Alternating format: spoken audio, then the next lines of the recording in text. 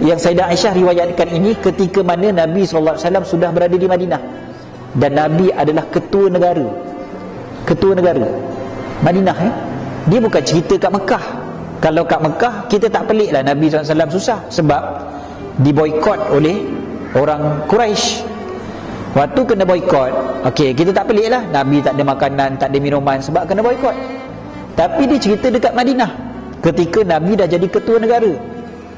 Walaupun baginda jadi ketua negara, Sayyidah Aisyah boleh cerita kadang-kadang sebulan dua tak ada makanan kat rumah Nabi SAW.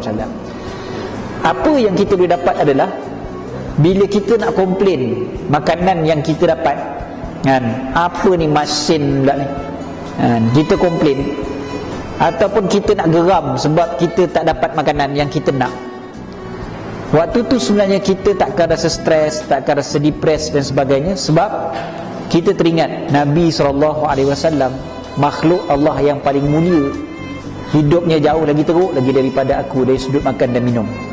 Contohnya, bila kita dimarahi oleh orang ataupun kita difitnah oleh orang, kita dikecewakan oleh manusia, waktu tu kita ingat Nabi SAW, kita akan dapat motivasi.